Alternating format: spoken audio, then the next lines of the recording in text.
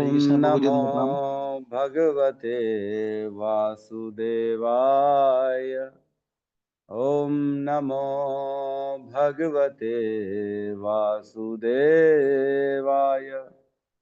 ओम नमो भगवते वासुदेवाय। नारायणं नमस्कृत्य नरं चैव नरोत्तमं देवीं सरस्वतीं व्यासं ततो जयमुदीरये। श्रवणतां स्वकथा कृष्णा पुण्यश्रवण कीर्तना हृदयन्तस्थो हि अभद्राणि विदुनोति सुहृत् सताम्। नष्टप्रायेषु अभद्रेषु नित्यं भागवत सेवया भगवती उत्तम श्लोके भक्तिर्भवती नैष्टिकी।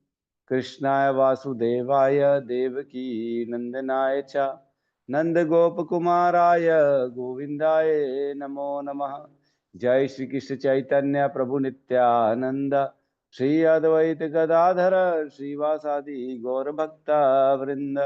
हरे कृष्णा कृष्णा कृष्णा हरे हरे हरे राम राम राम हरे हरे। हरे कृष्णा। अच्छा अपन तो 3 बार बोलते हैं, चलो ठीक है, कोई बात। तो सबका स्वागत है प्रातःकालीन श्रीमद् भागवतम के सत्र में। कल हमने अध्याय 10 स्कंद 1 श्लोक क्रमांक 21 इसको हमने देखा था। इसमें हमने कल पढ़ा कि कुरु नार्यो, जो कुरुओं की स्त्रियां थी, जो जो भी जो क्वीन थी, जो भी छोटे भाई थे, उनके रिश्तेदार थे युधिष्ठिर के, या जो जो भी उस हस्तिनापुर में रह रही थी माताएं, वो सब छतों पे चढ़ गई थी और भगवान पे पुष्प वर्षा करने लगी और भगवान के बारे में बातें करने लगी, जो ऐसी बातें जो सर्वश्रुति मनोहर है ना, सबके कानों को सुनने में हर्ष प्रदान करे, प्रसन्नता प्रदान करे, ऐसी ऐसे वचनों को बोलने लगी जो कृष्ण से संबंधित है। और इसका अर्थ एक और है कि इवन जो श्रुति है, जो वेद है, जो पुरुष रूप में, मनुष्य रूप में, वो ऊपर ब्रह्मलोक में उनको भी अच्छा लगा सुन के, उनका भी मनोहर होता है, उनका भी मन हरने वाले ऐसे वचन बोलने लगे। मनोहर है ना, भगवान के चर्चा है ही ऐसी। कृष्ण की चर्चा मनोहर है, बड़ी मनोहर, सबको अच्छी लगती है कृष्ण के बारे में बोलना। तो ऐसी चर्चाएं करने लगी तो क्या कहती हैं, जैसा हम निश्चित रूप से स्मरण है, जैसा हमें निश्चित रूप से स्मरण है, यही है वे जो आदि परमेश्वर हैं। प्रकृति के गुणों की व्यक्त सृष्टि के पूर्व वे ही अकेले विद्यमान थे।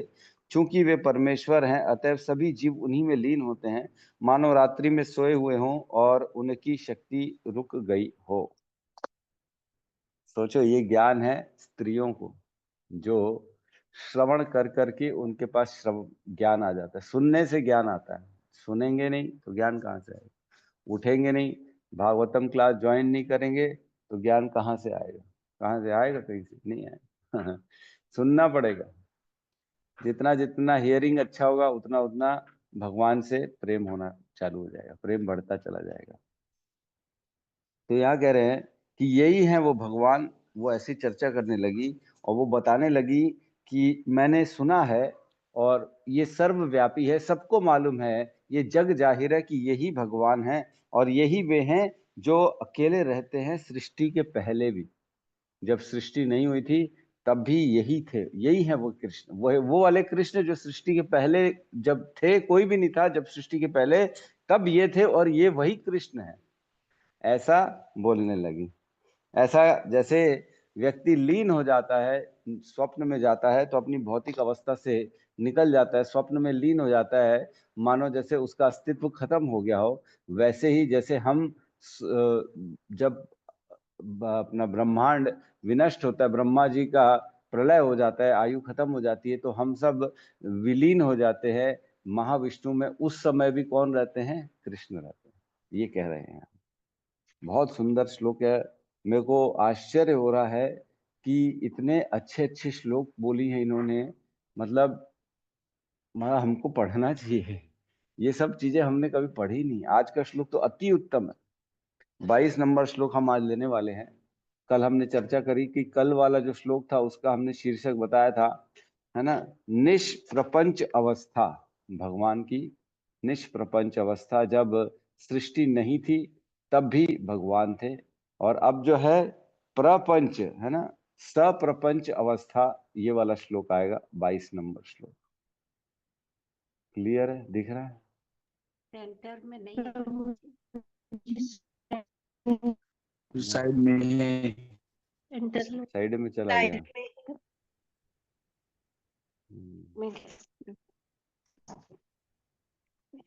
अभी क्लियर है? क्लियर है अभी?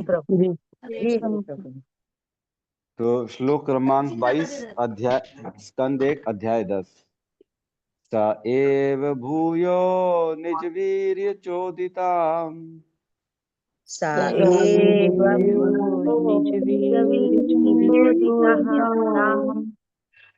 स्वजीव मायां प्रकृतिं सृशिक्षितम्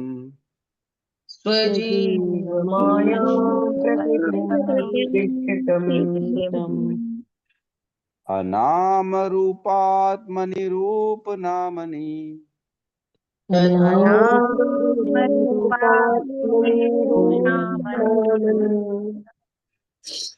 विवेद समानो नुससार शास्त्रकृत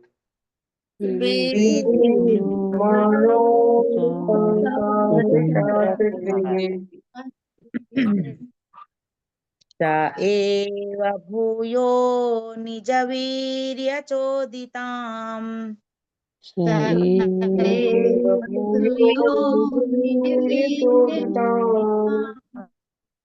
स्वजीव मायां प्रकृतिं शिश्रिक्षतिम्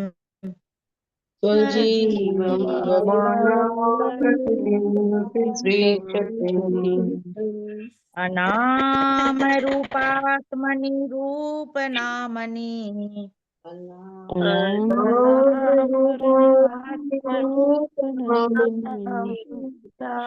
विधि समानोऽनुससार शास्त्रकृत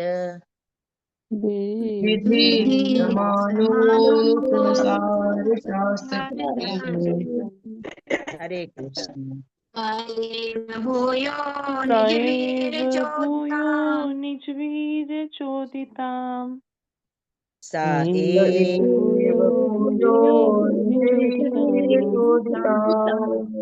स्वजीव मायां प्रकृतिं सृष्टिम्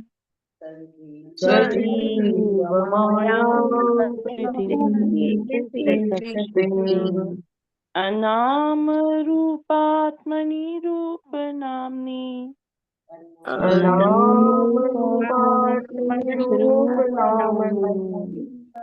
विदित समानोऽनुससार शास्त्रकृत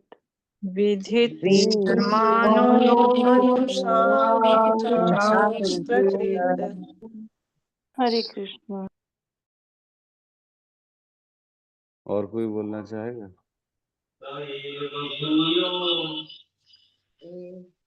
स एव भूयो निजवीर चोदिताम् स्वजीव मायां प्रकृतिं सृशिक्षितिम् स्वजीव मायां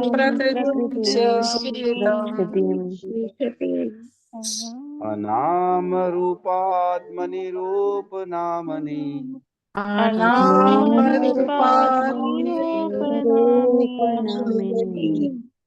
वेदेत समानोऽनुससार शास्त्रकृत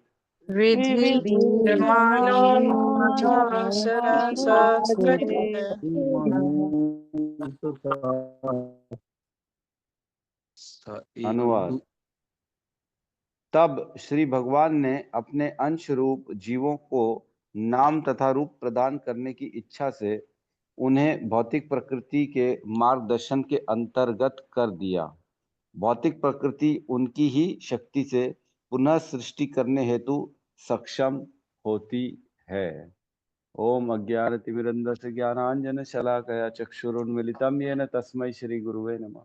श्री चैतन्य मनोभीष्टं स्थापितं येन भूतले स्वयं रूप कदा मह्यम ददाति स्वपदान्तिकम्। वन्देऽहं श्रीगुरु श्रीयुत पदकमलं श्रीगुरून् वैष्णवांश्च श्रीरूपं सागरजातं सहगण रघुनाथान्वितं तं सजीवं साद्वैतं सावधूतं परिजन सहितं कृष्ण चैतन्य देवं श्री राधा कृष्ण पादान सगण ललिता श्री विशाखान्वितांश्च। हे कृष्ण करुणा सिंधु दीन बंधु जगतपते गोपेश गोपिका कांता राधा कांत नमस्तुते। तप्त कांचन गौरांगी राधे वृंदावनेश्वरी विश्वभानु सुते देवी प्रणमामि हरिप्रिय। वाञ्छाकल्पतरोभश्च कृपा सिन्धुभ्य एव च पतितानां पावनेभ्यो वैष्णवेभ्यो नमो नमः। नमो विष्णुपादाय कृष्णपृष्ठाय भूतले श्रीमते भक्तिवेदांत स्वामीति नामिने। नमस्ते सरस्वती देवे गौरवाणी प्रचारिणे निर्विशेष शून्यवादी पाश्चात्य देशतारिणे। जय श्री कृष्ण चैतन्य प्रभु नित्यानंद श्री अद्वैत गदाधर श्रीवासादि गौर भक्त वृंद। हरे कृष्णा कृष्णा कृष्णा हरे हरे हरे राम राम राम हरे हरे कृष्णा। तो सभी का स्वागत है बहुत ही सुंदर श्लोक में। मैं सबको अभी से बता दूं कि ध्यान लगा के सुनिएगा। मैंने सुना, मैंने पढ़ा श्लोक को और पढ़ के मैं खुद आश्चर्यचकित हो गया कि इतना सुंदर श्लोक, क्या नहीं लिखा है इस श्लोक में। तो ध्यान से सुनिएगा, डिस्टर्ब मत करिएगा बीच में कोई भी। हम सुनेंगे फिर आखिरी में सबसे प्रश्न लेंगे, ठीक है। तो यहाँ पे कौन कह रही है? स्त्रियां कह रही है ना। स एव भूयो निज वीर्य चोदिताम। स एव मीन्स ये वही कृष्ण हैं जिनमें कोई परिवर्तन नहीं आता। सृष्टि के पहले भी यही थे, जो पिछले श्लोक में वर्णन नहीं किया कि जब सुप्त अवस्था में सब व्यक्ति चले जाते हैं महाविष्णु के उदर में, तब हम जीवों को तो कुछ पता नहीं पड़ता, लेकिन एक ही जो है कृष्ण सृष्टि के पहले भी रहते हैं, सृष्टि के समय भी रहते हैं और सृष्टि के बाद भी रहते हैं। उनसे अनेक अनेक ब्रह्मांड महाविष्णु से निकल जाते हैं तो भी वे अपनी स्थिति में पूर्ण बने रहते हैं, है ना। ओम पूर्णमदः पूर्णमिदं पूर्णात् पूर्णमुदच्येत पूर्णस्य पूर्णमादाय पूर्णमेवावशिष्यते। वो खुद पूर्ण है और उनसे अनेक अनेक संसार निकलते हैं और हर संसार भी पूर्ण है। और पूर्ण से अनेक पूर्ण निकल जाने के बाद जो बच जाता है वो भी पूर्ण ही रहता है ना। ये आध्यात्मिक जगत का कैलकुलेशन है। 1 - 1 = 1, 1 + 1 = 1, 1 × 1 = 1, 1 / 1 = 1। 1 से अनेक अनेक 1 निकालेंगे तो भी 1 बचता ही है। कृष्ण 1 है, वो ही इज द 1। एक पिक्चर पहले आई थी, बड़ी मैंने देखी थी, द मैट्रिक्स। आपने देखी होगी, किसने किसने पता नहीं। उसमें वो द 1 को ढूंढते हैं, कौन है द 1, है ना। बहुत पहले पिक्चर देखी थी मैं, जब स्कूल में था, मेरे ख्याल से 20 साल तो हो गए होंगे। बहुत जबरदस्त पिक्चर बनी थी द मैट्रिक्स, बहुत जबरदस्त, एकदम दिमाग की बत्ती खोलने वाली थी वो सब दिखाते हैं कि हम सब एक जो है ना मैट्रिक्स में फंसे हुए हैं। वो ये उस पिक्चर में यही था, और इससे निकलने के लिए हमको द 1 को ढूंढना है। कौन है द 1? उसको जो ढूंढ लेगा वो इस जाल से निकल जाएगा, ऐसी कंसेप्ट था उसका। तो ये बेसिकली भागवतम भगवत गीता टाइप का ही है कि हम जन्म मृत्यु के चक्कर में फंसे हैं, द 1 को ढूंढना है। तो द 1, ही इज द 1। कौन? कृष्णा इज द 1, हम जानते हैं, और क्लियर कट भागवतम में भगवत गीता में वर्णन है। तो यहाँ कह रहे हैं स एव मीन्स वही एक कृष्ण जिसकी पिछले श्लोक में बात करी, जिसमें कोई परिवर्तन नहीं आता, जो सृष्टि के पहले भी था। सृष्टि होती है उन्हीं से, सृष्टि होती है उन्हीं की शक्ति से सारी चीजें संभव हो पाती हैं, और बाद में भी वो एक अकेले रहते हैं। उनके पहले न कोई था, न उनके बाद ऐसा कोई है कि रहने वाला, वो ही एक है, अनवरत रहने वाले। ठीक है, तो स एव।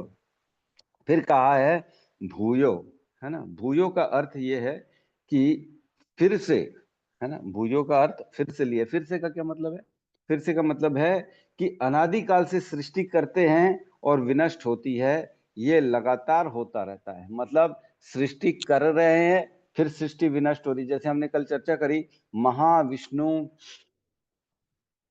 सांस लिए और एक ब्रह्मांड खत्म, सांस छोड़े तो ब्रह्मांड निकला, प्रकट हुआ, सांस ली तो ब्रह्मांड खत्म। ये एक ब्रह्मांड की आयु। तो नया ब्रह्मांड फिर से बना, फिर से सांस छोड़ी तो नया ब्रह्मांड आ गया। तो ये फिर से बार बार बार बार बार बार ब्रह्मांड उत्पन्न हो रहे हैं और नष्ट हो रहे, उत्पन्न हो रहे, नष्ट हो रहे, उत्पन्न हो रहे, नष्ट हो रहे। सृष्टि हो रही है, विनाश हो रहा है, प्रलय आ रहा है। सृष्टि, सृजन और प्रलय, सृष्टि, स्थिति और प्रलय, ऐसा बोला जाता है ना। भगवान कहते हैं भगवत गीता में, गतिर भरतो प्रभु साक्षी निवासः शरणम सुहृत प्रभवय प्रलय स्थानम निधानम बीजम अव्ययम। 9वें अध्याय में कहते हैं कि मैं सब चीजों का साक्षी हूं और मुझी से ही प्रभवय प्रलय स्थानम निधानम, मतलब मेरे से ही उत्पन्न हो रही है, मेरे से ही प्रभवय मीन्स उत्पन्न हुआ, प्रभवय प्रलयम स्थानम मतलब मेरे से उत्पन्न हुआ, मेरे से ही विनष्ट होता है और मैं उनका पालन करने वाला हूं, है ना। भगवत गीता में कहते हैं कि सृष्टि बार बार बार बार उत्पन्न हो रही है मेरे कारण, मैं बार बार, भूयो मीन्स बार बार इसी चक्र में बार बार सृष्टि हो रही है ना। भूयो क्या है फिर आगे, निज वीर्य चोदिताम। निज वीर्य मीन्स ये कैसे हो रहा है, ये केवल कृष्ण की शक्ति से हो रहा है और कोई नहीं है इसके पीछे। निज, निज मीन्स उसकी, उनकी प्राइवेट शक्ति। निज मीन्स बोलता है अरे मेरा निजी ड्राइवर है ना, मतलब मेरा पर्सनल ड्राइवर है, कंपनी का नहीं है, मेरे घर का है, मैंने रखा है उसको वेतन, या बोलते हैं या मेरा निजी मामला है, हम जनरली बोलते हैं मेरा निजी मामला है। आप क्यों बोल रहे हैं इसमें, मतलब मेरा पर्सनल है, आपका नहीं है, इसमें आप कोई दखल अंदाजी नहीं कर सकते हो। उसी प्रकार भगवान कृष्ण निज वीर्य चोदिता, मतलब उनकी निजी, उनकी पर्सनल शक्ति, किसी और की नहीं है इसमें, न ब्रह्मा जी की, न शिव जी की, न कोई अन्य देवताओं की या कोई और, विष्णु विष्णु ऐसा कुछ नहीं। ये कृष्ण जो सामने खड़े, ये कृष्ण इन्हीं की है निज। तो हमको एक एक शब्द में ध्यान देंगे तो समझ में आ जाएगा कि क्या स्त्रियां बोल रही, इतना उत्कृष्ट ज्ञान हमारे पास ही नहीं है, बताओ। और ऐसी स्त्रियों के पास है, कुरु नारियों के पास ऐसा ज्ञान है ना? निज वीर्य मतलब ये खुद उनकी पर्सनल शक्ति से सारा काम हो रहा है। जो सृष्टि प्रलय स्थान, मतलब सृष्टि हो रही है, उसका स्थिति हो रही है और प्रलय हो रहा है, ये किसकी शक्ति से, भगवान की शक्ति से हो रहा है। चोदिता मीन्स ये प्रेरित कर रहे हैं, जो इनको करने के लिए प्रेरणा मिल रही है। भगवान क्यों कर रहे हैं, वो अपनी शक्ति से कर रहे हैं, लेकिन उनको कुछ प्रेरणा मिल रही है, वो करे जा रहे बार बार करे जा रहे। तो क्यों कर रहे हैं वो मैं बताता हूँ थोड़ी देर में, पता पड़ेगा क्यों कर रहे। और कह रहे हैं स्वजीव मायाया, स्वजीव मायाम। स्वजीव मीन्स अपने जीव, भगवान के अंश है हम सब, सारे जितने भी जीव हैं, जीव आत्माएं हैं, हमको भगवान का विभिन्न अंश बोला जाता है और भगवान के खुद के एक्सपेंशन को स्व अंश बोला जाता है। तो जीव जितने भी हैं, हम भगवान के विभिन्न अंश हैं। भगवान ने भगवत गीता में बताया ममेव अंश जीवलोक जीव भूत सनातन, जितने भी जीव हैं वो सारे के सारे मेरे अंश हैं, है ना। सर्व योनेषु कौंतुए मूर्तया संभवंतिया तासाम ब्रह्म महद योनि अहम बीज पतः पिता। मैं सबका पिता हूँ, सारी योनियों का हूँ, चाहे चींटी का, चाहे मच्छर का, चाहे मक्खी का, चाहे सांप का, चाहे बिच्छू का, चाहे मछली का, चाहे हाथी का, चाहे मनुष्य का, मैं सबका पिता हूँ। तो जितने भी योनियां हैं उनके पिता कौन हो गए, कृष्ण, और कृष्ण के ही अंश है हम सब सारे, है ना। ये मान के चलना चाहिए, सारे जीव भगवान के अंश है, जितने भी आत्माएं हैं वो भगवान के अंश हैं। तो स्वजीव, भगवान के जितने भी जीव है उनकी मायाम, है ना, मायाम, भगवान की जो बहिरंगा शक्ति है उसको माया कहते हैं। जो इस संसार में क्या काम करती माया, सब जानते हैं आप। माया का काम है हम सबको भ्रमित करना, है ना। हमें भ्रमित करती है कि अरे तू तो शरीर है, तू तो पढ़ा लिखा है, तू ये काम कैसे कर सकता है, अरे इसमें सुख है ना, छोड़ ना, खा पी मजे कर, टीवी देख, पिक्चर देख, इसमें सुख है, सोने में सुख है, अरे क्यों जल्दी उठता है तो ये माया का काम है ना। ये तो अपना है ना, इसके लिए तो थोड़ा सॉफ्ट कॉर्नर रख ले, अपना पुत्र है, अपनी पुत्री है, अपने माता है, अपने पिता है, अरे ये तो हमारा है ना, वो दूसरे का, वो पराया है, हमारा नहीं है। तो ये कौन देती है, ये माया प्रेरणा देती है, हमको इल्यूजन में डालती है कि हम शरीर है और शरीर के सुख दुख में हमारा सुख दुख है, ये माया का काम है, ये बताना, है ना। तो मायाम और माया क्या है? भगवान की बहिरंगा शक्ति भी है, दोनों है। माया भगवान की ही शक्ति से काम करती है। देवी ही ऐसा गुणमयी मम माया दुरतया। भगवान कहते हैं मेरी ही शक्ति है और मेरी बड़ी दुरतया है, बहुत खतरनाक है ये मायाम। फिर क्या कह रहे हैं? प्रकृतिम सी सृक्षिताम। प्रकृतिम सी सृक्षितम मतलब जो प्रकृति को गर्भस्थ करने का जो काम कर रहे हैं भगवान। सी शिक्षितम पुनः सृष्टि करते समय, भौतिक प्रकृति को पुनः सृष्टि करते समय सारे जीवों को उसमें प्रवेश कराना, काल शक्ति को प्रवेश करना, सृष्टि को एक्टिवेट करना, ये सारा कुछ भगवान कर रहे हैं अपनी माया की शक्ति से। माया की शक्ति से सभी जीवों को भ्रमित करवा रहे हैं, सभी जीवों को गर्भस्थ कर रहे हैं इस सृष्टि के अंदर। यही है वो कृष्ण जो ये सब काम करते हैं, ऐसा बता रही हैं कौन? वो स्त्रियां।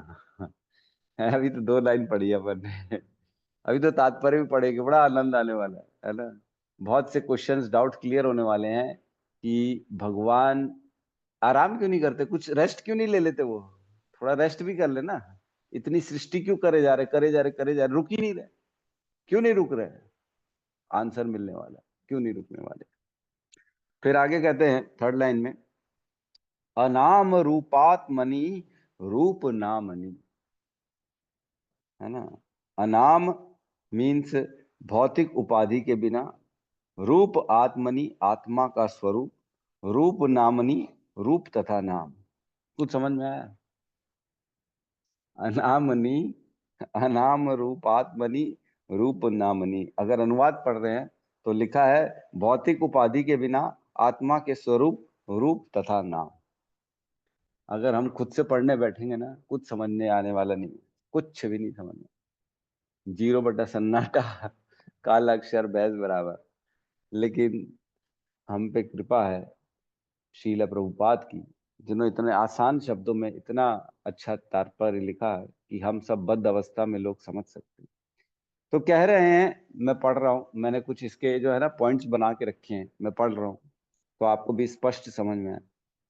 बिना नाम रूप के जीव, जब जीव विष्णु में लीन रहते हैं प्रलय के समय, उस समय कोई भी उपाधि नहीं रह जाती, सुप्त अवस्था होती है। जब हम भगवान कृष्ण विष्णु के उदर में रहते हैं, जब सृष्टि नहीं रहती, जब प्रलय का समय हो रहता है, तब क्या हमारे पास उपाधि रहती है? क्या हम अपना नाम रूप जानते हैं? नहीं जानते हैं। जैसे हम सोते हैं तो हम अपने नाम और रूप को भूल जाते हैं। हर रोज रात को हम रहते तो प्रभु है या माता जी जो भी अपना नाम है, रात को जब सोते हैं तो सपने में अपना नाम, उपाधि, रूप सब भूल जाते हैं। कई बार, एक मेरे को आज भी याद है, सपना में देखा था, तो मैं समंदर में एक सोने की मछली बन गया। बहुत पुराना है, एक सपना मैंने देखा था और मेरे को पकड़ने के लिए बहुत लोग आ रहे हैं, अरे सोने की मछली, इसको पकड़ो पकड़ो पकड़ो। और मैं इधर उधर तैर तैर के समंदर में कूद फाद के इधर उधर बच रहा हूँ। ये सपना देखा था मैंने। फिर अचानक बाहर निकल गया, मैं पता नहीं कहाँ आकाश में उड़ना चालू कर दिया। तो ऐसे सपने आते हैं जिसमें व्यक्ति अपने आप को पूर्ण रूप से भूल जाता है ना। ये सबके साथ होता है, मेरे साथ तो हुआ ही है, आपके साथ भी होगा।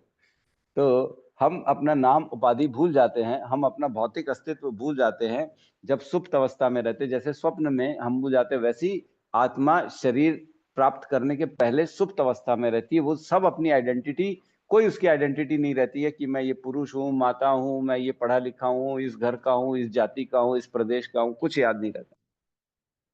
और इस लाइन का मतलब क्या है? हम पूरे संसार में नाम और रूप के ही हैं और कुछ भी नहीं। हम इस संसार में अगर हैं तो केवल अपने नाम, रूप, आइडेंटिटी के कारण ही अपने आप को कार्यों में नियोजित करते हैं। जब हम पैदा होते हैं तब बताया जाता है तुम्हारा नाम ये है, तुम्हारा काम ये है, तुम इसलिए पैदा हुए हो, ये तुम्हारे माता पिता हैं, ये तुम्हारा परिवार है, तुम इस जाति के हो, तुमको ये करना है। धीरे धीरे धीरे उपाधियां मिलती हैं। हर साल एक 10 रुपए का सर्टिफिकेट दिया जाता है स्कूल के द्वारा कि अब आप 10वीं पास कर चुके हो, तो आदमी को गर्व होता है, देखा मेरे पास सर्टिफिकेट है, मैंने 10वीं पास कर ली।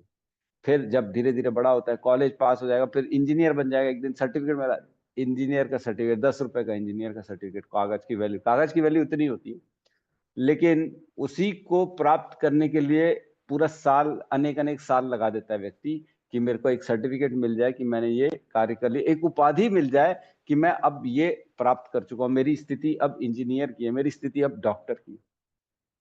तो एक डॉक्टर को अगर हम बोलेंगे कि तू छोटा काम कर ले या कोई दूसरा काम कर ले, या तू सपोज कर बच्चों को पढ़ा दो, अरे मैं जानता ही मैं डॉक्टर हूं, क्या बात करते हो, वो अपने उपाधि से नीचे काम ही नहीं करेगा। ये उपाधि उसको मिल चुकी है, अब उसी के अनुरूप अपना जीवन जिएगा। जैसे एक बनिए का बच्चा है, उसको बचपन से सिखाया जाता है धंधो करना है, धंधा करना, बड़ा होकर तेरे को और कुछ नहीं करना है, सब क्या है, रोकड़ा रोकड़ा है, उसको बचपन से सिखाया जाता है हर चीज पैसा है। तो धीरे धीरे कल्टीवेट करता है, वो अपने नेचर को वैसा बनाता है, ओहो हाँ हमको तो पैसा कमाना है, हमको धंधा करना है, ये करना है। तो धीरे धीरे उपाधि में वो इतना लीन हो जाता है कि अपना पूरा जीवन उसको दे देता है उपाधि को, और उसके अनुसार अपना जीवन जीता है। ये कब मिलता है? ये जब सृष्टि होती है तब मिलता है। सुप्त अवस्था में ये सब नहीं रहता, नाम और उपाधि से मुक्त रहता है। तो लेकिन ये सब भी टेम्पररी है। क्या पिछले जीवन में रोहिणी नंदन आपकी क्या उपाधि थी, आपको याद है आप क्या थे? पुरुष थे, माता थे, बच्चे थे, या कि कोई अन्य योनि में थे, मनुष्य में थे कि हाथी थे, कुछ भी याद। हर आदमी को अपने पिछले जीवन का कुछ याद नहीं होता। इसका मतलब ये है कि मृत्यु के बाद जो अगला जीवन हमारे मिलने वाला है, उस जीवन में हम इस जीवन की सारी उपाधियां भूलने वाले हैं। तो पूरा जीवन जिस उपाधि के लिए हम काम कर रहे हैं वो छूटने वाली है, वो टेम्पररी है, लेकिन हम उसको परमानेंट मान के उसके आधार पे अपना पूरा जीवन लगा देते, पूरा जीवन। नहीं नहीं मैं तो यही हूं, अब मैं तो बॉस, इससे नीचे अपन नहीं बात कर सकते। हमारे साथ तुमने ऐसी बात कर ली, क्या जानता नहीं मैं कौन हूं? क्या है ये? उपाधि। इसी में परेशान है आदमी व्यक्ति। पति पत्नी को डांटता है, बोलता है कि मैं पति हूं। पत्नी बोल सकती है अरे इस जन्म में तू पति है, पिछले जन्म में कौन था, अगले जन्म में मैं तेरा पति बनूंगी और तेरे को बताऊंगी मैं। कहने का मतलब ये टेम्पररी है, चेंज होने वाला है, हर जीवन में चेंज हो जाएगा। तो माया के कारण हम नाम रूप से खुद की पहचान करते हैं और अपना मूल स्वरूप भूल जाते हैं। मूल स्वरूप क्या है हमारा? कृष्णेर नित्यदास, जीवेरे स्वरूप है कृष्णेर नित्यदास। हम कृष्ण के नित्यदास है, ये हमारा मूल स्वरूप है और हम भूल जाते हैं। ये माया का काम है, माया के कारण ये सब होता है। तो सुप्त अवस्था का जो टाइम है, ऐसा नहीं कि बहुत लंबा बहुत छोटा टाइम होता है, बहुत लंबा टाइम होता है। प्रलय का समय बहुत लंबा समय होता है, बहुत ज्यादा लंबा समय होता है, लेकिन पूरा समय सुप्त अवस्था में रहता है, हमको कुछ याद नहीं रहता है। हम जैसे हमने बताया ना, बीज के अंदर का पेड़ जो है, बीज जब तक बीज रोपे नहीं जाएंगे तब तक वो सुप्त अवस्था में उसके अंदर रहेगा, चाहे 1 साल पुराना ही क्यों ना हो जाए। एक बीज है सपोज करो, है ना, सेम बीज, 2 बीज है, एक मैंने रोहिणी नंदन प्रभु को दिया, आप इसको बोना, एक मैं अपने घर में इसको बोऊंगा। रोहिणी नंदन प्रभु ने कल के कल उसको बो दिया और देखा कि 15 दिन में धीरे से उसमें से अंकुरित निकल के आया, छोटा सा पौधा निकल के आया। लेकिन मैंने वो बीज, मेरा वाला बीज मैंने रखा है और मैं 6 महीने के बाद उसको मैं बोता हूँ, तो 6 महीने के बाद भी वो छोटा सा धीरे से उसमें से पौधा निकलेगा, जबकि दोनों बीज थे, सेम थे। लेकिन एक बीज में तुरंत निकल गया और एक बीज को मैंने 6 महीने बाद रखा तो 6 महीने बाद निकला। तो सुप्त अवस्था में दोनों में समान रूप से अंदर पे पेड़ था, लेकिन टाइम लगा। एक जिसने तुरंत रोपा वो तुरंत निकल गया, जिसने टाइम लगाया वो टाइम लगा, उसमें समय लग गया। तो इसी प्रकार हम जो है ना, बहुत समय तक सुप्त अवस्था में महाविष्णु के गर्भ में रहते हैं। फिर जब सृष्टि आती है तब हम उसमें से अंकुरित होकर बाहर निकलते हैं, हमको तब प्रकृति में आते हैं, तब हम व्याप्त होते हैं, है ना। क्या कहते हैं, एक श्लोक आता है भगवत गीता के दूसरे अध्याय में, उसमें कहते हैं कि अव्यक्तो आदिनि भूतानि मध्यम व्यक्तानि भारत अव्यक्त निधनानि एव च तत्र का परिवेदना। मतलब अव्यक्त आदिनि भूतानि, मतलब जन्म के पहले जो हम व्यक्ति होते हैं, जो हम होते हैं, हमारी जीव की आइडेंटिटी होती है, वो अव्यक्त होती है। व्यक्त मध्यानि भारत, मतलब जब मध्य का भाग आता है, जन्म से लेकर मृत्यु तक की जो टाइम आता है, तब हम व्यक्त अवस्था में संसार में आते हैं। और फिर क्या होता है, अव्यक्त निधनानि एव च, जब हमारी मृत्यु हो जाती है तब दोबारा हम अव्यक्त हो जाते हैं। तो इसमें तत्र का परिवेदना, इसमें वेदना की क्या जरूरत है, कोई चला गया मर गया तो इसमें क्यों शोक करते हो, अव्यक्त हो गया, फिर व्यक्त हो जाएगा, जब जब उसको शरीर मिलेगा व्यक्त हो जाएगा, फिर अव्यक्त हो जाएगा। जैसे लाइट हम चालू करते हैं कमरे की तो सब प्रकाशमान हो जाता है, सारी चीजें दिखना चालू हो जाती हैं, सिर्फ कुर्सी टेबल सिर्फ सोफा जो जो रखा हुआ है उस कमरे में वो सब दिखना चालू हो जाता है, और लाइट बंद करते हैं तो सब दिखना बंद हो जाता है। तो क्या कुर्सी टेबल नहीं है लेकिन दिख नहीं रहा। दिख नहीं रहा इसका मतलब क्या है, नहीं दिख नहीं रहा मतलब हो सकता है हो भी और नहीं भी हो। दिख नहीं रहा है मतलब हमारे लिए तो नहीं है, कुल मिला के जब तक हमारी दृष्टि के सामने नहीं है हम ये मानेंगे कि पता नहीं क्या रखा है, हमारे को नहीं मालूम, सोफा है, टेबल है, कुर्सी है, पता नहीं क्या है, टीवी है, फोटो है, क्या है पता नहीं। लेकिन जैसे लाइट चालू होगी तो सब व्यक्त अवस्था में आ जाता है। वैसे ही हमारा जीवन भी है, हम व्यक्त हो जाते हैं जब हमको जीवन मिलता है। तो थर्ड लाइन, अनाम रूपात्मनि रूप नामनि, हम अनाम, हमारा नाम नहीं रहता, अनाम रूप, नाम भी नहीं था रूप भी नहीं था, अ मीन्स नहीं था, आत्मनिश्चय जब हमारे पास ये संसार सृष्टि के पहले, और रूप नामनि जब सृष्टि होती है तब अ से वो रूप और नाम में आ जाता है कि अब रूप और नाम मिलना स्टार्ट हुआ उसको, जैसे उसको जीवन मिला। तो जो दो शब्दों में कितना सारा अर्थ छुपा हुआ है। और लास्ट फोर्थ लाइन जो है उसमें कहते हैं विविध समानो नुससार शास्त्रकृत। अब इसका जबरदस्त मतलब है, जिनको भी नाम रूप देना था भगवान ने ये प्रकृति की सृष्टि करी। अब भगवान ने क्यों सृष्टि करी, कई लोग कहते हैं भगवान की इच्छा शक्ति है ना, भगवान जब इच्छा करते हैं तब सृष्टि होती है, हम भी यही कहते हैं और ये सच भी है, जब भगवान की इच्छा होती है तब सृष्टि करते हैं जीवों की, ब्रह्मांडों की, जब भगवान की, ये सब भगवान की इच्छा के कारण होता है। लेकिन भगवान की इच्छा कब करेगी, तो भगवान की इच्छा तब करती है जब हम भोग करने की इच्छा करते हैं। हमने भोग करने की इच्छा करी, भगवान को स्वीकार नहीं किया, हमने चाहा कि मैं भी तो भोगता बनूं, मैं भी तो कंट्रोलर बनूं, मैं भी तो प्रेम करूं, मेरी भी तो कोई सेवा करे। जब हमने ये भाव रखा तब भगवान से विमुख होकर अब इन संसार में आ जाते हैं। और जब इस संसार में आते हैं तो भगवान हमारी इच्छा पूर्ति के लिए पूरी सृष्टि करते हैं, ब्रह्मांड की रचना करते हैं। अगर मैं कहूं कि ये ब्रह्मांड, ये सृष्टि केवल इल्यूजन है और सिर्फ आपको जो दिख रहा है वो केवल आपके लिए बनाया गया है भगवान के द्वारा, तो इसको मानेंगे कि नहीं मानेंगे? केवल आपके लिए, आप जो चाहते थे केवल उसके लिए भगवान ने पूरी सृष्टि बना दी है, और बाकी सब कुछ भ्रम है, केवल आप ही सत्य हो।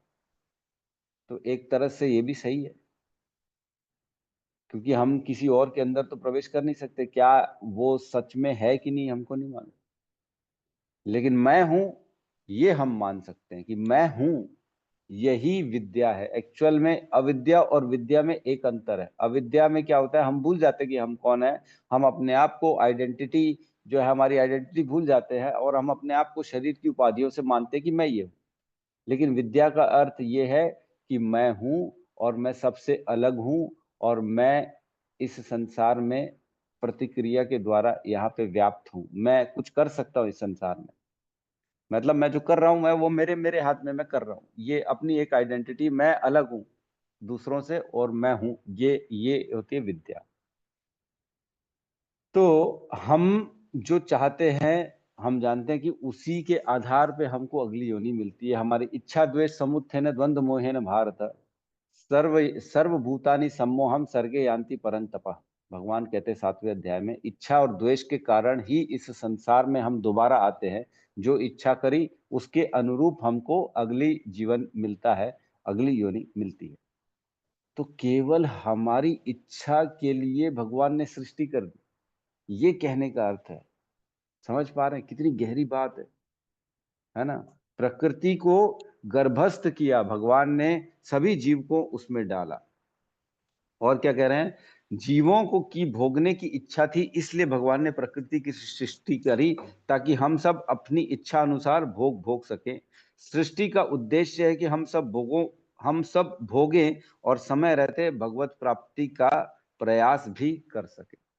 तो सृष्टि करी भगवान ने, एक तो हमारी इच्छा पूर्ति के लिए, हम भोग सके, जो हमारी इच्छा थी उसको भोगें। और भगवान ने ऐसी स्थिति बना ली, अविद्या डाल दी, हमको बुला दिया कि ठीक है तूने इच्छा करी थी ना, तो ठीक है तू भोग। अगर तेरे को सब चीजें याद आ जाएंगी तो तू भोग नहीं पाएगा, इसलिए कुछ चीजें भुला देते हैं, केवल वही चीजें याद दिलाते हैं कि तुमने जो इच्छा करी थी अब इसको भोगो।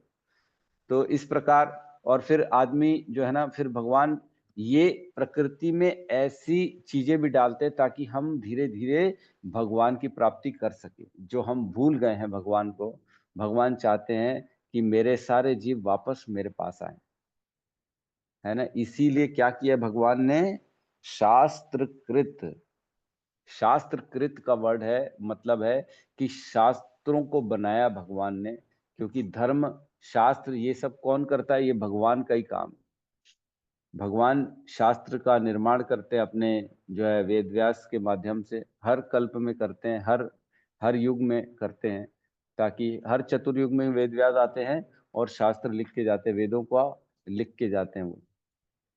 तो उन वेदों के माध्यम से हम भगवान को जान सकें, भगवान को समझ सकें, धीरे धीरे अपने स्वभाव के अनुसार।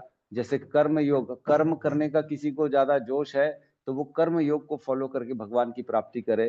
किसी को पढ़ने में इंटरेस्ट है तो वो ज्ञान योग प्राप्त करके भगवान की प्राप्ति करे। किसी को जो है ध्यान करने का इच्छा होती है तो वो ध्यान के माध्यम से भगवान की प्राप्ति करे। इसलिए भगवान ने शास्त्रों का निर्माण किया। समझ में आ रहा है कि वापस मेरे जीव मुझ तक आ सके, इसलिए शास्त्र बनाए। 4 पुरुषार्थों का वर्णन किया उसमें। हम जानते हैं धर्म अर्थ काम मोक्ष, है ना। तो अर्थ कमाते हैं धर्म के अनुसार और उससे अपनी कामनाएं पूरी करते हैं, और अंतोदगत्वा मोक्ष की प्राप्ति करे। यही 4 पुरुषार्थ का अर्थ है ना। 4 पुरुषार्थ ये इसीलिए बताए गए हैं, शास्त्रों में वर्णन है कि ठीक है तुमको कुछ इच्छा है भोगने की, भोगो, लेकिन धर्म के अनुसार अपना काम करो और भोगो। और भोगने के बाद जब तुम संतुष्ट हो जाओ उसके बाद मोक्ष के लिए प्रयास करो। 4 पुरुषार्थ का अर्थ ये है। तो भगवान ने जो शास्त्रकृत की, मतलब भगवान जब सृष्टि करते हैं तो श्वास के साथ शास्त्र को उत्पन्न करते हैं। अपनी सांस, जैसे भगवान, जैसे हम सांस लेते छोड़ते हैं, वैसे जब सांस छोड़ते हैं तब ब्रह्मांड उत्पन्न होता है। हम जानते हैं महाविष्णु उसी सांस के साथ शास्त्रों का भी निर्माण कर देते हैं भगवान, ताकि हम जीव इस ब्रह्मांड में शासन करने आए ना, कंट्रोल करने आए हैं। तो शासन शास्त्रों के अनुसार करें और अपने जीवन को संपन्न करके भगवत प्राप्ति के लिए प्रयास करें, इसलिए शास्त्र दिए गए। प्रभु जी कितना बोलोगे, आप चुप भी नहीं होते। आपको बोलने में थकते नहीं हो क्या? हम सुनते सुनते थक जाते लेकिन आप थक नहीं रहे। है कि नहीं? तो बड़ा गजब का, इसमें मैं बड़ा आश्चर्य रह गया मेरे को समझ के। तो हम एक श्लोक में जाते हैं श्रीमद् भागवतम के, जिसमें कहते हैं कि वर्ण आश्रम धर्म का उद्देश्य क्या है ना। 1.2.13 इसमें कहते हैं कि वर्ण आश्रम का उद्देश्य क्या है। अतः पुंभी द्विज श्रेष्ठ वर्ण आश्रम विभागश स्वनिष्ठितस्य धर्मस्य संसिद्धिम हरितोषणम। तो जो वर्ण आश्रम धर्म बनाया गया है उसका उद्देश्य क्या है? संसिद्धिम हरितोषणम, जिससे भगवान को प्रसन्नता मिले, इसलिए वर्ण आश्रम धर्म को बनाया गया है ना। ये ब्राह्मण वर्ण आश्रम सब जो है ना, ये इसीलिए बनाया गया ताकि हम धीरे धीरे अपने कार्यों में रहते हुए पत्नी धर्म, पति धर्म, पुत्र धर्म, माता धर्म, पिता धर्म, इसको निभाते निभाते क्या करें? भगवान को संतुष्ट करें। ये उद्देश्य होना चाहिए। इसलिए क्या क्या गया, क्या करना चाहिए वर्ण आश्रम धर्म में रहते हुए? तस्माद एकेन मनसा भगवान सात्वताम पति श्रोतव्यस्य कीर्तितव्यस्य ध्येय पूज्यस्य नित्यदा। हमको क्या करना चाहिए? रोज श्रवण करना चाहिए, भगवान का जो है कीर्तन करना चाहिए, उनका चिंतन करना चाहिए और उनकी पूजा करनी चाहिए, उनके विग्रह की पूजा करनी चाहिए, ये रोज करना चाहिए नित्यदा। तो वर्ण आश्रम धर्म को हम फॉलो कर पा रहे, मतलब जो भी भगवान ने स्थिति में हमको रखा है उसके लिए शास्त्र दिया गया है, शास्त्रों के अनुसार अपने जीवन को जीना चाहिए और धीरे धीरे धीरे धीरे धीरे धीरे भगवान की प्राप्ति में अपने स्टेप्स बढ़ाने चाहिए। हमको रोज कुछ ना कुछ भगवान के बारे में श्रवण करें, कीर्तन करें, उनके बारे में चिंतन करें, उनकी पूजा करें, ये शास्त्र को वर्णन है कि नहीं? तो शास्त्र के बिना जीवन यूजलेस है, हमारा जीवन बेकार है अगर शास्त्र नहीं है। अगर कोई ये नहीं बताएगा कि हमको जीना कैसे है तो हम कैसे जिएंगे? फिर तो आदमी मतलब बिना शास्त्र के कौन बताएगा सही क्या है गलत क्या है? माता के साथ कैसा व्यवहार होना चाहिए, पिता के साथ कैसा व्यवहार होना चाहिए, है ना? क्या शिक्षा अपने बच्चों को देनी चाहिए, क्या सही है क्या गलत है, क्या चोरी सही है क्या डकैती गलत है, ये सही है गलत कौन बताएगा? शास्त्र बताते, है ना? कर्म कर्मणो ही अपि बुद्धव्यम बुद्धव्यम च विकर्मणा अकर्मणस्य बुद्धव्यम गहना कर्मणो गति। कर्मों की गति बड़ी गहरी है अर्जुन, इसलिए शास्त्र के आधार पे सीखो, समझो कि अकर्म क्या है, कर्म क्या है और विकर्म क्या है, ये समझो, है ना? भगवान कहते हैं अपना तस्मात् प्रमाणम ते नहीं, यह शास्त्र विधि उत्सृज्य वर्तते कामकारात् न सत्सिद्धिम आपनोति न सुखाम न पराम गति। तस्मात् शास्त्रम प्रमाणम ते कार्य कार्य व्यवस्थितो ज्ञात्वा शास्त्र विधान उत्तम कर्म कर्तुम ई अर्हसि। 16, 23, 24 इसमें कहते हैं जो शास्त्र के विरुद्ध अपना जीवन जीता है उसको कभी सुख नहीं मिल सकता, उसको आगे की गति भी कभी अच्छी नहीं मिलेगी, वो हमेशा परेशान रहेगा। इसलिए तुम्हारा कर्तव्य है अर्जुन कि पहले शास्त्र ढूंढो, पढ़ो शास्त्र में क्या कर्तव्य है क्या अकर्तव्य है, और जानने के बाद अपने कर्मों को उन कार्यों के हिसाब से करो। 16, 23, 24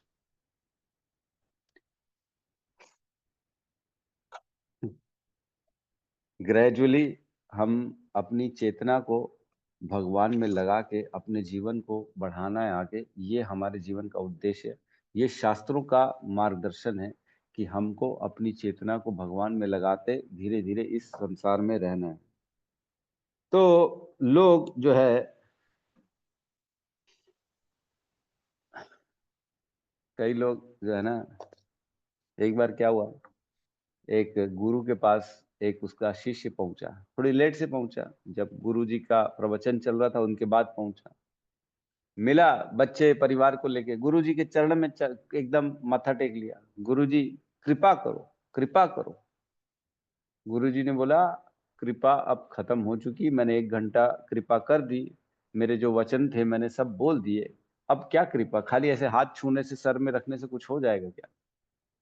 जो हम चाहते हैं, गुरु चाहते हैं कि मैं जो वचन कहता हूं उन वचनों को मेरे शिष्य फॉलो करें, अपने जीवन को मेरे मार्गदर्शन के अनुसार जिए। ना कि गुरु ये चाहते हैं कि केवल आए मेरे पैर में गिरे और मैं उसके सर में ऐसा हाथ फेर दूं, बस ये एक्चुअल में कृपा नहीं है। लेकिन लोग समझते नहीं। ठीक है, कम से कम वैष्णव के दर्शन से, वैष्णव की कृपा थोड़ी बहुत हो सकता है, आशीर्वाद भी मिल जाए, उनके मुख से कुछ अच्छा निकल जाए, ये कृपा मिल सकती है, लेकिन परिवर्तन नहीं होगा, जीवन में परिवर्तन नहीं होगा। जो मार्गदर्शन चाहते हैं कि वैष्णव हमारे हिसाब से ऐसे ऐसे चलना चाहिए, वो जब तक हम सुनेंगे नहीं तब तक हम कुछ पाएंगे नहीं, एक्चुअल में कुछ नहीं पाते, तभी तो लोग आज भटके हुए। लोगों को लगता है बस खाली हम पैर पड़ लेंगे, दान दक्षिणा दे देंगे और जो है ना हमको कृपा मिल जाएगी, भगवान की प्राप्ति हो जाएगी। तो ऐसा नहीं होता। भगवान की प्राप्ति के लिए आपको खुद खटना पड़ेगा, है ना। बोलते ना बिना मरे स्वर्ग नहीं मिलता। स्वर्ग प्राप्ति के लिए मरना पड़ेगा, वैसे भगवान प्राप्ति के लिए खुद को कार्य में लगाना पड़ेगा, नाम जपना पड़ेगा, श्रवण करना पड़ेगा, भागवतम को पढ़ना पड़ेगा, तब जाके भगवान की प्राप्ति होगी। ऐसे नहीं होगी खाली किसी के जो है चरण पकड़ लिए, प्रभु बस मेरे को तो आप जो है भगवान की प्राप्ति करा दो, ऐसा नहीं होगा। और कोई कराएगा भी नहीं, वो नहीं कराने वाले। वो बोलेंगे तू नाम जप कर, तू मेहनत कर, एकादशी रख। मैंने भगवान ने शास्त्र बताया भगवत गीता में कि जो है हमको भगवान को भोग लगा के अर्पित खाना खाना चाहिए। यज्ञ शिष्ट शीनो मुच्यंते सर्व किल बिचो भुजंते ते अगम पापा ये पच्यंते आत्म कारणात्। कि केवल इंद्रिय तृप्ति के लिए अपने लिए खाना खाना बनाना ये पाप है, लेकिन जो मुझे भोग लगा के खाता है वो जो है मेरा जूठा खाता है, इसलिए वो पाप से मुक्त रहता है और वो धीरे धीरे उसकी बुद्धि, उसके सारे कार्य वो नियमित होना चालू हो जाते हैं और वो मुक्ति के मार्ग पे अक्सर अग्रसर हो जाता है। ये कहते भगवान। और क्या थे भगवान भगवत गीता में, या निशा सर्वभूतानाम तस्याम जागृते संयमी यस्याम जागृते भूतानि सा निशा पश्यतो मुने। मतलब जब पूरा संसार सोता है तब मेरे को प्राप्त करने वाले जो जीव होते हैं, जिनके अंदर जिज्ञासा होती है कि मैं भगवान को प्राप्त करूं, वो जागते हैं, वो उठते हैं, है ना। और जब पूरा संसार जागता है तब वो सो जाते हैं, क्योंकि उस समय भोग करने के लिए वो इंटरेस्टेड नहीं रहते कि खाली मैं उनका संग करूं, मैं इनके साथ पार्टी में जाऊं, मैं उनके साथ उठूं बैठूं और जो है मैं मजे करूं, संसार के मजे लूं, इंद्रिय तृप्ति करूं। उस समय जो मुनि है, जो जो तपस्वी है, वो सो जाता है, क्योंकि उसको इन सब चीजों में कोई इंटरेस्ट नहीं है। वो मेरे लिए जागता है और मेरे लिए सोता है। मैं जब पहली बार भगवत गीता पढ़ा रहा था तब मैंने इस श्लोक का अर्थ केवल यही बताया था कि व्यक्ति जो भगवान की प्राप्ति वाला रहता है वो जल्दी उठ जाता है ब्रह्म मुहूर्त में, क्योंकि ब्रह्म मुहूर्त अनुकूल होता है, हमें उठना चाहिए उस समय। जो है सारा शांत रहता है वातावरण और भगवान की भक्ति हम अच्छे से कर सकते हैं। लेकिन जब सेकेंड टाइम पढ़ा है ना, तब ये अर्थ एक और समझ में आ गया, रिवील होता है धीरे धीरे अंदर खुद ब खुद। जितना हम भगवान की भगवत गीता भागवतम में प्रवेश करेंगे तो अंदर से भगवान धीरे धीरे ज्ञान छोड़ना चालू करते हैं, एक एक करके अनलॉक करते हैं। जैसे हम कैंडी क्रश खेलते हैं ना, धीरे धीरे धीरे धीरे धीरे एक एक करके अनलॉक होता है, तब हम आगे की वाली स्टेज में पहुंचते हैं। तो जैसे जैसे हम पढ़ेंगे एक एक करके उन्नति मिलती जाएगी और चीजें भगवान खोलते चले जाएंगे। और अरे अब तो ये भी समझ, अब तो ये भी समझ। हरि बोल। ठीक है, तो किसी का प्रश्न है क्या?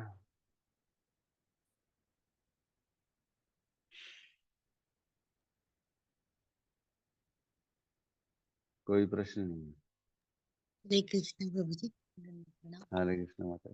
प्रभु जी जैसे मतलब बोलते हैं कि शास्त्र और भगवान में कोई अंतर नहीं है, तो वो शुद्ध भक्त ही मतलब जैसे गोपी है और वो कुरुवंश की बोल रहे हो, वो है शुद्ध भाव है, तभी उन लोग को मतलब शास्त्र की जरूरत नहीं है, मतलब भगवान का शुद्धता से ही भगवान को जान पाए, ऐसा क्या?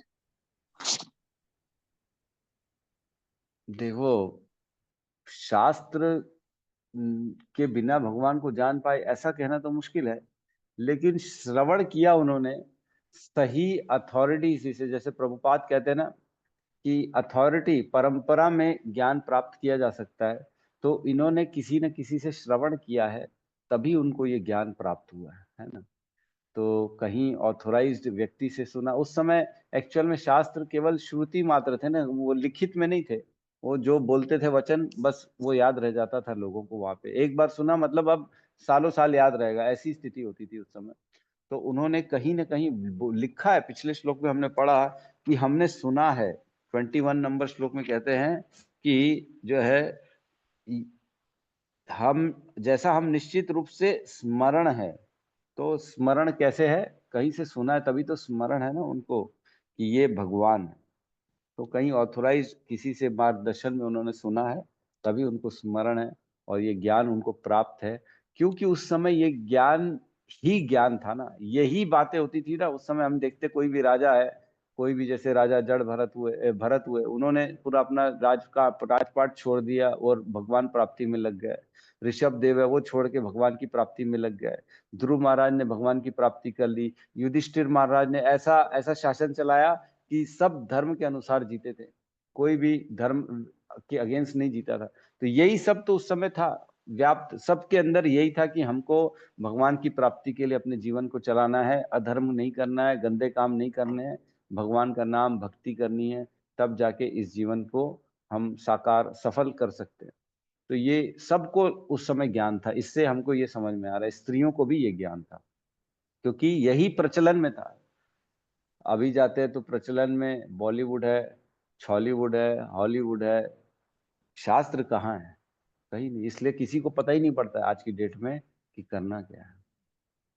लेकिन बच्चे भी छोटे होते हैं ना, तो बचपन से उनको रील बनाना आता है हमारे बच्चे फोटो खिंचा लेंगे, सेल्फी बना लेंगे, और वो अलग अलग तरह के जो है रील देख लेंगे, दिखा देंगे, बना लेंगे। छोटी छोटी बच्चियां डांस कर रही हैं, वो है ना, उनको डांस करना आता है, लेकिन उनको शास्त्र नहीं मालूम है, भगवत गीता नहीं मालूम है, भगवान कृष्ण नहीं मालूम, कृष्ण नहीं मालूम है कि कृष्ण कौन है, ये नहीं मालूम, रावण कौन है, रावण के बच्चों का नाम क्या है ना, राम के पिता का नाम क्या है, ये नहीं मालूम बच्चों को। लेकिन ये मालूम है कि जो है इंस्टाग्राम में रील अपलोड कैसे करनी है, ये मालूम है। तो इसके कारण कौन है? ये तो समाज है ना। धीरे धीरे अज्ञानता बढ़ती जाएगी, ज्ञान खत्म होता जाएगा। लेकिन पहले ऐसा नहीं होता था, पहले बचपन से बच्चों को ये ज्ञान सिखाया जाता। प्रभु जी बड़ों बड़ों को बताते हैं, शास्त्र में ऐसा बोलते हैं, वो मानने को तैयार नहीं, झूठा समझते हैं प्रभु जी। हाँ सही है। तो बच्चों क्या को कर, कहाँ सिखा सकेंगे। हाँ, यस रघुनाथ दास जी कहिए। प्रभु जी स्टेटस वगैरह डलवा लो बड़ो बड़ो से भी। प्रभु जी हरे कृष्णा, दंडवत प्रणाम। प्रणाम प्रभु जी। यस।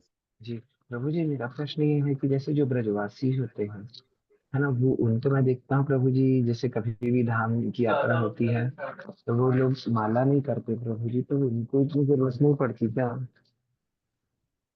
उनको माला नहीं करते तो फिर नहीं, क्या? वो माला नहीं करते तो वो, लेकिन वो लोग भक्ति करते हैं भगवान की, तो उनको हाँ, जरूरत नहीं पड़ती क्या प्रभु जी भगवत प्राप्ति के लिए माला करने की? नहीं नहीं नहीं नहीं पड़ती।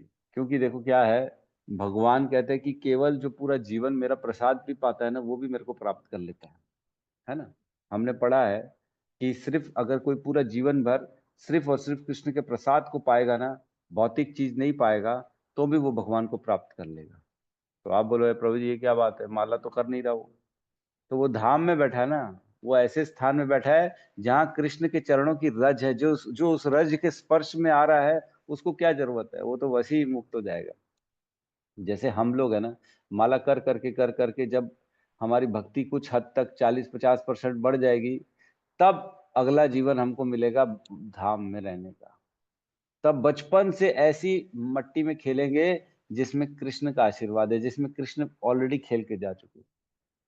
तो ये कृपा मिलेगी ना, बिना कुछ किए बच्चा मट्टी मट्टी मुंह में डाल दिए, सपोज करो छोटा सा बच्चा 2 साल का, तो उसने क्या कर लिया, ऐसी रज को उठा के मुंह में डाल दिया जिसमें कृष्ण की कृपा छुपी हुई है। तो बचपन से ही उसको जो है प्रेम प्राप्त हो जाएगा, आशीर्वाद मिल जाएगा, तो फिर वो भगवान की प्राप्ति कर ले।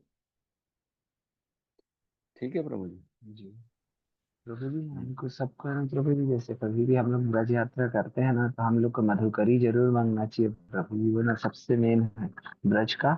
या हम लोगों को उससे क्या, एक तो हमारा, मेरे को ऐसा लगता है प्रभु जी, हमारा अहंकार भी जाता है। मांग के खा लिए ना जबरदस्ती, मतलब ऐसा किसी के घर गया, मैया एक रोटी तो दे दो, क्योंकि और वो ब्रजवासी लोग इतने अच्छे होते हैं प्रभु जी, जैसे इधर गोवर्धन के गांव तरफ जाएंगे, बरसाना के गांव तरफ ना, तो पूरा ऐसा रहता है कि वो लोग खुद ब खुद ना बुलाते हैं, कम से कम एक कुछ नहीं रहता तो एक रोटी जरूर देते हैं। तो प्रभु जी हम्म, वहाँ तो मधुकरी की बहुत महिमा है। सही है, करना चाहिए, धीरे धीरे भाव आना चाहिए लोगों में ठीक है। यस कृष्ण चंद्रिका माता जी कहिए। सनातन गोस्वामी तो रोज मधुकरी करते थे। रोज मधुकरी, मधुकरी की बहुत महिमा है। सारे जो गोस्वामी है वो रोज मधुकरी से ही खाते थे, इकट्ठा कर लेते थे, और एक हफ्ते नहीं भी जा पाए तो उसी इकट्ठा होके जो रोटी होती थी वो बासी होती थी उसको खाते थे। तो मधुकरी तो वो भी करते थे। नहीं, वो ऐसा नहीं इसलिए है। करते, मुझे लगता है प्रभु जी जो ब्रज प्रेमी है वो जन्म से ही उन्होंने स्वतः ही कृष्ण प्रेम प्राप्त किया हुआ है। उनकी वाणी में, गायन में, भजनों में, उनकी कथाओं में पहले ही कृष्ण प्रेमा है। और ऐसा नहीं है कि वो माला नहीं करते हैं, वो कृष्ण नाम की ही माला करते हैं। वो बस राधे राधे राधे राधे करते रहते हैं, कृष्ण कृष्ण। तो मुझे ऐसा लगता है प्रभु जी। इसमें भेद है, थोड़ा सा भेद है। जरूरी नहीं वो माला करें या नाम लें, लेकिन उनके पिछले जन्मों के पुण्य ऐसे हैं, ऐसे कर्म हैं कि उनको भगवान जिसका हाथ पकड़ लेते थे उसको छोड़ते नहीं, खींचते अपने पास। तो वहां अपने धाम में बिठा लिया उनको, यहीं रहो। तुम नहीं भी लोगे तो सुनोगे कम से कम रोज राधे राधे किसी न किसी के मुंह से। और दूसरी बात, मधुकरी की बात रही, तो मधुकरी ऐसा नहीं है कि कोई भी मांग सकता है, कोई भी मांग लो, चले जाओ मांग के खा लो, ऐसा नहीं है। अगर आप किसी से कुछ लेते हो तो आपको उनको कुछ देने की क्षमता होनी चाहिए, समझे। आप ऐसे ही, ऐसे सनातन गोस्वामी ने मधुकरी खा ली मांग के, तो हम भी अब मांग के खा लेंगे, ऐसा थोड़ी होता है। उन्होंने अपने 24 घंटे भगवान को दिया, समय नहीं था अपने लिए, तब उन्होंने मधुकरी करी। उन्होंने अपने लिए कुछ भी नहीं किया तब मधुकरी करी। हम तो सब अपने लिए कर रहे हैं, फिर किस हक से मांगे, क्यों मांगे हम? ऐसा नहीं होता। हमको ये चीजें जब तक हमारा जो कोई सीनियर हमारे आचार्य गुरु वो परमिशन दें, तब हम, हमारी एक्चुअल में स्टेट ऑफ लेवल के ऊपर डिपेंड करता है कि हम मधुकरी करके खा सकते कि नहीं खा सकते। बिल्कुल नहीं, ऐसा ऐसा ओपन थोड़ी है। कर रहे हैं 8 माला, दिन में 4 माला कर रहे हैं, और बस सुन लिया मधुकरी करनी है तो चले गए वृंदावन में, लोगों के घर से रोज रोटियां मंग मंग के खा रहे हैं। ये गलत है। आप तो अपने लिए कर रहे हो ना, आप तो अपने लिए समय निकाल रहे हो ना, फिर क्यों मांग रहे हो किसी से? तो ये ऐसा नहीं है। इसीलिए कहते हैं ना कि थोड़ा सा ही पढ़ लिए, थोड़ा सा ही समझ लिए, और बस लगे अपने हिसाब से कॉपी करने। अब तो चलो, अब तो हम भी जो है ना राधा भाव अपना लिए, हम तो जाएंगे मधुकरी करेंगे। ऐसा नहीं होता भाई, ऐसे थोड़ी खा सकते हो आप। किसी के भी कर्मों का बंधन लग सकता है, आपकी अपनी चेतना डाउन हो सकती है, अपराध हो सकता है, आपकी भक्ति खत्म हो सकती है ये सब करने से। ऐसा नहीं है, आपको बिना अपने सीनियर से परमिशन लिए ये सब नहीं करना है। भाव में आके लोग कर लेते हैं, लेकिन एकांत की भक्ति, तभी तो जड़ भरत महाराज का भी पतन हो गया था ना, क्योंकि गुरु महाराज का शरण छोड़ दिया था उन्होंने, है ना। अकेले चले गए, हिरण को पाल लिया। गुरु के मार्गदर्शन में होते तो नहीं होता, एक ही जीवन में भगवान की प्राप्ति हो जाती। वैसे ही हमारे साथ भी है, बस भाव आ गया, अब तो चले जाएंगे मधुकरी की खा लेंगे, भगवान की प्राप्ति हो जाएगी। ऐसा थोड़ी होता, बिल्कुल गलत है। ये समय आएगा तब आपके गुरु आपको आदेश दे सकते हैं। आपने जब सब छोड़ दिया अपना, वैरागी हो गए, तब आप ये सब कर सकते, अदरवाइज नहीं करना। यस, कृष्ण चंद्रिका माता जी कहिए। हरे कृष्ण प्रभु जी, दंडवत प्रणाम। प्रभु जी,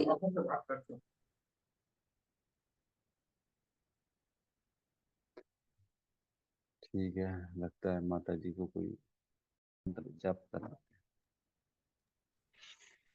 हरे कृष्णा कृष्णा कृष्णा हरे हरे, हरे राम राम हरे हरे। समस्त भक्त वृंद की जय। जगत गुरु श्रील प्रभुपाद की जय। निताई गौर प्रेमानंदे, हरि हरि बोल, हरि हरि बोल। हरि हरि बोल। कृष्ण प्रभु जी, हरि थैंक हरि यू, बोल। दंडवत प्रणाम। राधा प्रणाम प्रभु जी। हरे हरे कृष्ण कृष्ण प्रभु जी, राधा दंडवत प्रणाम प्रभु प्रणाम। जी। हरे कृष्णा। हरे कृष्ण हरे हरे कृष्ण। कृष्ण।